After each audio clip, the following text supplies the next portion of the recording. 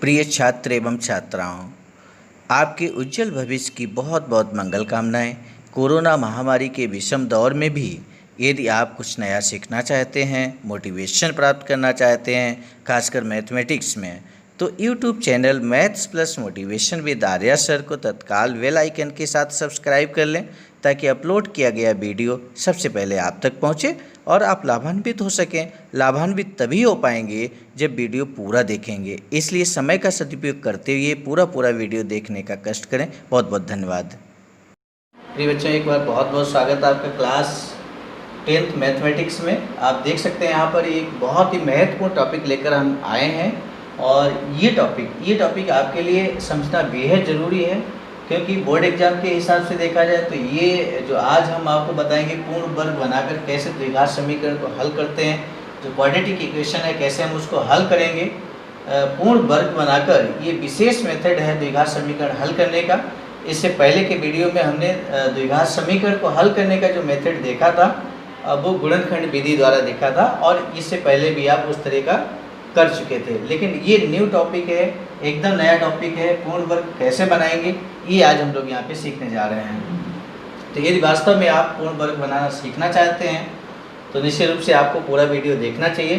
तो आइए हम बात करते हैं पूर्ण वर्ग कैसे बनाते हैं। सबसे पहले हम बात करेंगे कि द्विघात समीकरण का जो मानक रूप होता है वो क्या होता है। आप सभी लोग जानते हैं, इससे पहले भी हमने जिक्र किया है, ax² + bx + c = 0।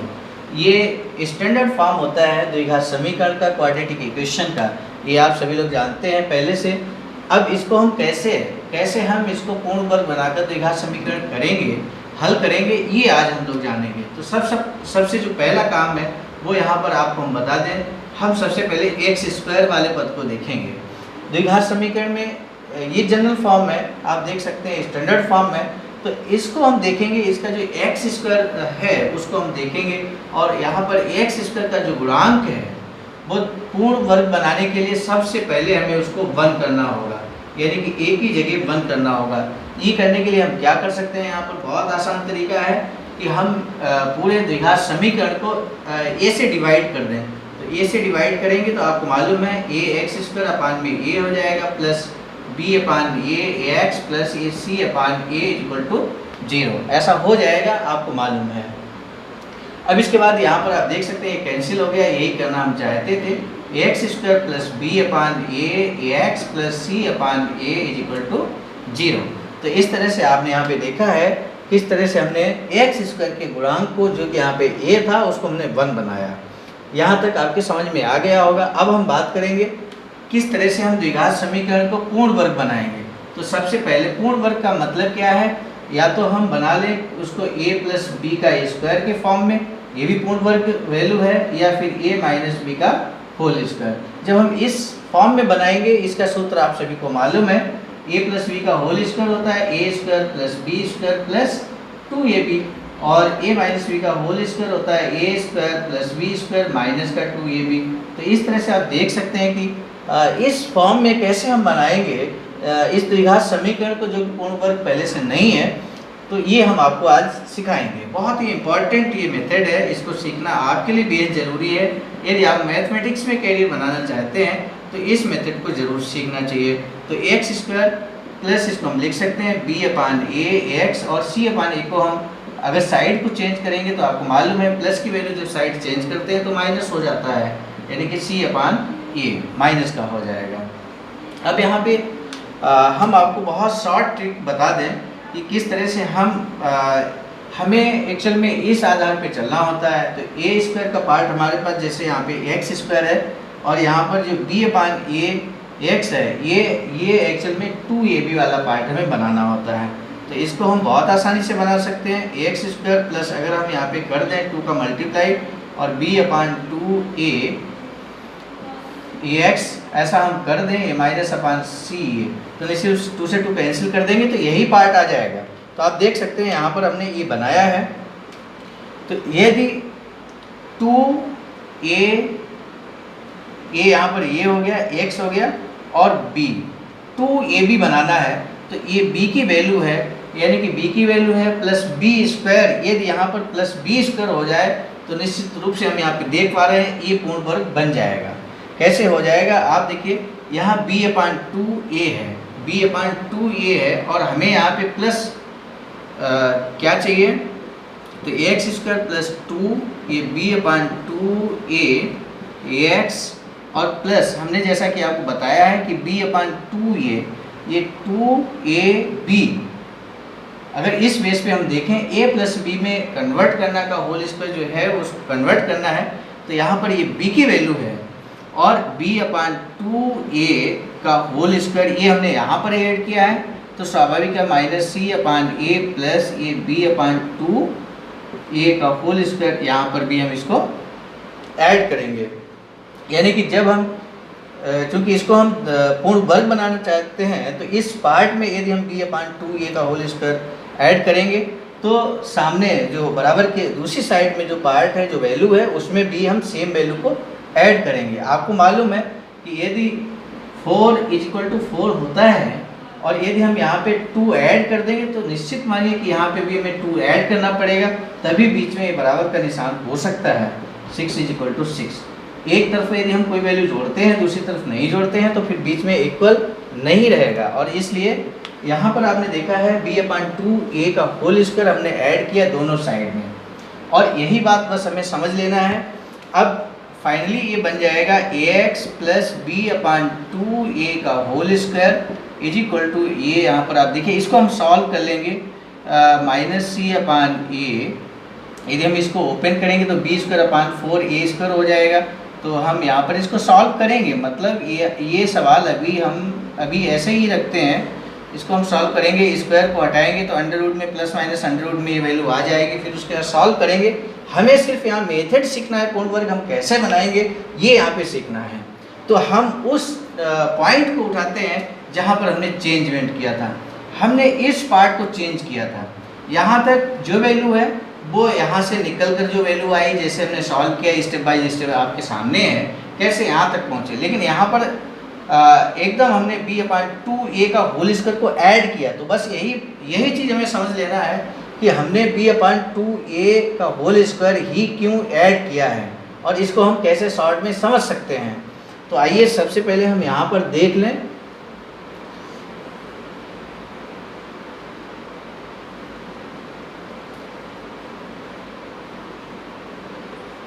इस वैल्यू को हमने ऐड किया है और ये इसको ध्यान से समझ लीजिए। ये चूंकि बराबर के c/a इस साइड ले जाएंगे तो माइनस का ये c/a हो जाएगा। इसी पार्ट में हमने क्या ऐड किया इसको देख लेना है। तो हम यहाँ पर देखेंगे ये जो ax है ये b/2a है, तो ax का गुणांक इसको हमने ऐड किया है, तो ax का गुणांक बटे में 2a है। यहाँ x का गुणांक b/a है, लेकिन यहाँ पर क्या है b/2a है, यानी कि 2 यहाँ अगर लिख देंगे तो x के गुणांक का जो है वो आधा हो जाएगा, b/a का आधा हो जाएगा। तो x के गुणांक का आधा हाफ हो गया। और साथ ही साथ हमने क्या किया, देखिए b/a का आधा किया अर्थात b/2a हो गया, और यहाँ आप देख रहे हैं स्क्वायर लगा हुआ है, तो x का गुणांक का आधा का वर्ग। इतना यदि आप समझ जाएंगे, इस चाहे तो आप सूत्र के रूप में ध्यान रखिए या फिर जो प्रोसेस हमने समझाया उस प्रोसेस को ध्यान रखिए। दोनों में से एक बात तो ध्यान रखनी पड़ेगी आपको, x का गुणांक का आधा का वर्ग यदि कर देंगे और वो जो वैल्यू होगी उसको यदि हम इस तरह से दोनों तरफ जोड़ देंगे, जोड़ने पर मतलब ये एक तरह से पूर्ण वर्ग बनाने का की पॉइंट निकला है, की वर्ड निकला है। और इसी आधार पे अब हम देखते हैं सवाल करेंगे। आप देखिए बहुत आसानी से इस सवाल को आप समझ जाएंगे यदि आपने इस पूरे वीडियो को देखा, तो आप पूर्ण वर्ग कभी भी कहीं भी बना सकते हैं, आपको कभी कोई समस्या नहीं आएगी। द्विघात समीकरण हमारे सामने लिखा हुआ है, यहाँ पर एग्जाम्पल आप देख लीजिए। इस एग्जाम्पल को हम करेंगे और इस एग्जाम्पल के थ्रू बहुत आसानी से पूर्ण वर्ग बनाने की जो विधि है द्विघात समीकरण हल करने की, वो हम आपको बताने जा रहे हैं। यहाँ लिखा है 5x² माइनस का 8x = 4। सबसे पहला काम हम क्या करेंगे, चलिए हम इसको मानक रूप में लिख लेते हैं। तो 4 को हम इस साइड लाएंगे तो ये 5x² माइनस का 8x और ये माइनस हो जाएगा 4 = 0। ये आप देख सकते हैं यहाँ पर ax² plus bx plus c के रूप में मानक रूप में यहाँ पर द्विघात समीकरण बन चुका है। अब सबसे पहली बात हमने कही थी आपसे कि सबसे पहला काम करेंगे, यदि आप पूर्ण वर्ग बनाना चाहते हो तो x² का गुणांक है उसको 1 करिए। 1 करने के लिए यहाँ जो गुणांक होगा उसका भाग करना पड़ेगा पूरे में। तो ये हो जाएगा, यदि हम 5 से भाग करने पर सभी पदों में करेंगे, ये आपको ध्यान रखना है। ये छोटी छोटी बातें हैं जो आपको ध्यान रखनी है। तो ये हो जाएगा 5x² 5 और माइनस का 8/5 ax माइनस का 4/5 = 0। तो इस तरह से इसको हमने यहाँ पे लिखा है। अब आप देखिए ये तो कैंसिल हो गया, तो बचा क्या, ax² माइनस का 8/5 ax माइनस का 4/5। इसको हम एक काम करते हैं, -4/5 को इक्वल के उस साइड ले जाएंगे तो ये जाएगा 4/5। यहाँ तक आपको समझने में मुझे नहीं लगता कहीं कोई समस्या होगी। अब देखिए, अब इसके बाद जो कीवर्ड है, ये कीवर्ड है, की पॉइंट आप कह सकते हैं इसको, पूर्ण वर्ग बनाकर यानी कंप्लीट स्क्वायर मेथड के द्वारा कैसे हम क्वाड्रेटिक इक्वेशन को सॉल्व करते हैं वो यहाँ पर आप देख सकते हो। ax का गुणांक यानी कि कोफिशिएंट ऑफ ax और उसका हम हाफ करेंगे, हाफ करने के बाद स्क्वायर करेंगे तो उसको हम ऐड करेंगे दोनों साइड में। तो यहाँ पर आप देखिए x का गुणांक क्या है, तो x का गुणांक यहाँ पर, x का गुणांक समझ लीजिए, x का गुणांक यहाँ पर -8/5 है। तो -8/5 है, इसका हमें आधा करना है। इसका आधा कर देंगे मतलब -8/2 × 5 हो जाएगा, अर्थात -8/10 हो जाएगा। मुझे नहीं लगता कि ये आप समझने में कहीं कोई दिक्कत आपको होगी। हमें क्या करना है, x के गुणांक का आधा, यहाँ तक पहुँच चुके हैं हम, का वर्ग यानी कि इसका हमें वर्ग भी करना है। तो इसका अगर -8/10 का वर्ग करेंगे तो आपको क्या इसको हम लिख सकते हैं, वो निश्चित रूप से आप लिख सकते हो। तो इसको चलिए हम देख लेते हैं। यहाँ पर अगर वर्ग करेंगे तो ये 64 बटे ये क्या हो जाएगा, 100 हो जाएगा। तो इस तरह से हम वर्ग कर सकते हैं, यानी कि यहाँ पर हमें 64/100 दोनों तरफ जोड़ना पड़ेगा। यही चीज़ आपको समझना था। x का गुणांक हमने लिया 8/5 है, आधा किया 8/2 × 5 हो गया, यानी कि -8/10 हो गया। और इसका चूँकि हमें आधे का वर्ग करना था तो वर्ग किया तो 64/100 हो गया। माइनस का जब वर्ग होता है तो प्लस वैल्यू हो जाती है, ये आपको ध्यान रखना है। तो बस हमें क्या करना है, 64/10, ये जो 64/10 आया है ये दोनों तरफ हम जोड़ेंगे। 100 है, इसको हम जोड़ेंगे तो क्या हो जाएगा, आप देखिए दोनों ओर 64/100 64/100 जोड़ने पर, ये हमने आपको पहले ही बताया है कि किस तरह से हम इसको करते हैं, बहुत डिटेल में हमने आपको समझाया है। जोड़ने पर तो जोड़ेंगे तो क्या हो जाएगा, आप देखिए ax² -8/5 ax, और जोड़ेंगे तो प्लस हो जाएगा 64/100 = आप देखिए 4/5 प्लस ये 64/100। आई थिंक यहाँ तक समझ में आपके आ गया होगा। अब हम इसको आगे बताएंगे आपको किस तरह सॉल्व करेंगे। बस यहाँ तक यदि आपके समझ में आ गया है तो आगे अब आपको कोई समस्या नहीं होगी, अर्थात सवाल को आप पूरा लगभग करने की ओर हैं। और ऐसी सिचुएशन में अब आप देख लीजिए, इसको हम थोड़ा सा चेंज जरूर करेंगे। x² -8/5 ax प्लस ये 8 हम लिख सकते हैं 8/10 का होल स्क्वायर = इसको सॉल्व करेंगे तो आप देखिए यहाँ 5 में अगर हम 20 का गुणा करेंगे और तो ये 20 × 5 100 हो जाएगा, सेम एलसीएम हो जाएगा, यानी कि बहुत आसानी से हम एलसीएम ले पाएंगे। 20 × 80 होता है, तो 80/100 और प्लस ये क्या है 64/100।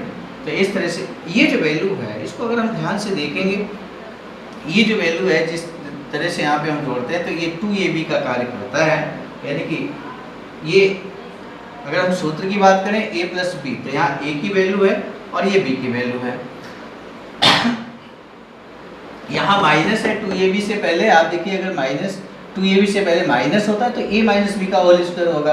यदि सारी वैल्यूज प्लस में होती है तो a प्लस बी का होल स्क्वायर बनता है। तो यहाँ पर a प्लस की वैल्यू, लेकिन ये 2ab वाला पार्ट जो है वो माइनस में है, तो a माइनस बी का होल स्क्वायर बनेगा, अर्थात x माइनस बी, बी की वैल्यू 8/10 है, ये होल स्क्वायर हो गया। इज इक्वल टू इधर क्या बनेगा, आप देखिए 100 हो जाएगा, और 80 प्लस 64 यदि हम ऐड करते हैं तो ये 144 होगा। और इसको आप बहुत आसानी से कर सकते हो, ये x माइनस 8/10 का whole square is equal to ये 12/10 का होल स्क्वायर, इस तरह से हम लिख सकते हैं। सवाल पूरी तरह सॉल्व होने की ओर है, बस 1 मिनट में और 1 मिनट का समय और लगेगा इसमें। जब इस तरह की कंडीशन होती है तो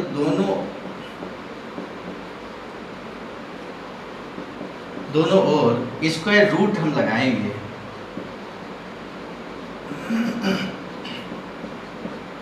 स्क्वायर रूट करने पर या लगाने पर हम लिख सकते हैं, तो ये हो जाएगा यहाँ पर x माइनस 8/10 का whole square is equal to 12/10 का होल स्क्वायर। यहाँ पर हम प्लस माइनस में लिखेंगे। यदि हम कभी भी ध्यान रखिए, यदि कंडीशन इस तरह की हो x square is equal to a हो, तो x is equal to √a plus minus में ये वैल्यू होती है। तो इस तरह से यहाँ पे ये हमने कैंसिल किया, तो ये क्या बचेगा, x minus 8/10 is equal to ये प्लस माइनस में वैल्यू बचेगी 12/10। अब इसको हम कैसे सॉल्व करेंगे, बस ये देख लीजिए, 1 मिनट, मुश्किल को 1 मिनट का समय लगेगा, ये सवाल सॉल्व हो जाएगा। चलिए हम यहाँ पे स्पेस से खाली कर लेते हैं और यहीं से ये सॉल्यूशन निकल आएगा। तो एक बार हम यहाँ पे देखिए प्लस माइनस है, एक बार प्लस लेंगे, एक बार माइनस लेंगे और x का मान प्राप्त हो जाएगा। तो सबसे पहले प्लस लेने पर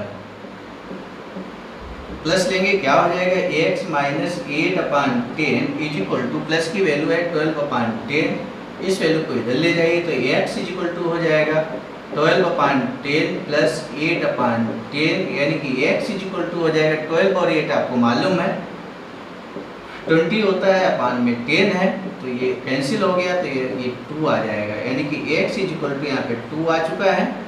द्विघात समीकरण में हमेशा 2 मूल प्राप्त होते हैं, ये आपको ध्यान रखना है। इसलिए अब माइनस की वैल्यू हम लेंगे, माइनस लेने पर क्या हो जाएगा, x minus 8/10 is equal to minus 12/10, तो ये हो जाएगा x इज इक्वल टू 8/10 और ये माइनस है 12/10। एलसीएम लीजिए, एलसीएम यहाँ पे सेम है ऑलरेडी, तो 8 माइनस 12 यानी कि क्या बचेगा, माइनस का 4/10। तो इसको हम सिंप्लीफाई कर सकते हैं, 2 पंचे 10, यानी कि x की वैल्यू माइनस का 2/5 प्राप्त हो चुकी है। तो इस तरह से आपने देखा है यहाँ पर ये 2 answer, x is equal to 2 और x is equal to minus 2/5, this is answer, this is final answer. तो इस तरह से हम द्विघात समीकरण को पूर्ण वर्ग बनाकर सॉल्व कर सकते हैं। आज हमने सबसे पहले आपको जनरल फॉर्म लिया ax² plus bx plus c is equal to 0, और उसका हमने आपको बताया कैसे हम उसको जनरल फॉर्म को कैसे द्विघात समीकरण को कैसे पूर्ण वर्ग बनाकर सॉल्व कर सकते हैं। एक प्रोसेस जो होता है वो हमने वहाँ पे बताया था, और उसी प्रोसेस पर ये एग्जाम्पल लिया, एग्जाम्पल को सॉल्व किया, सॉल्यूशन आपके सामने है।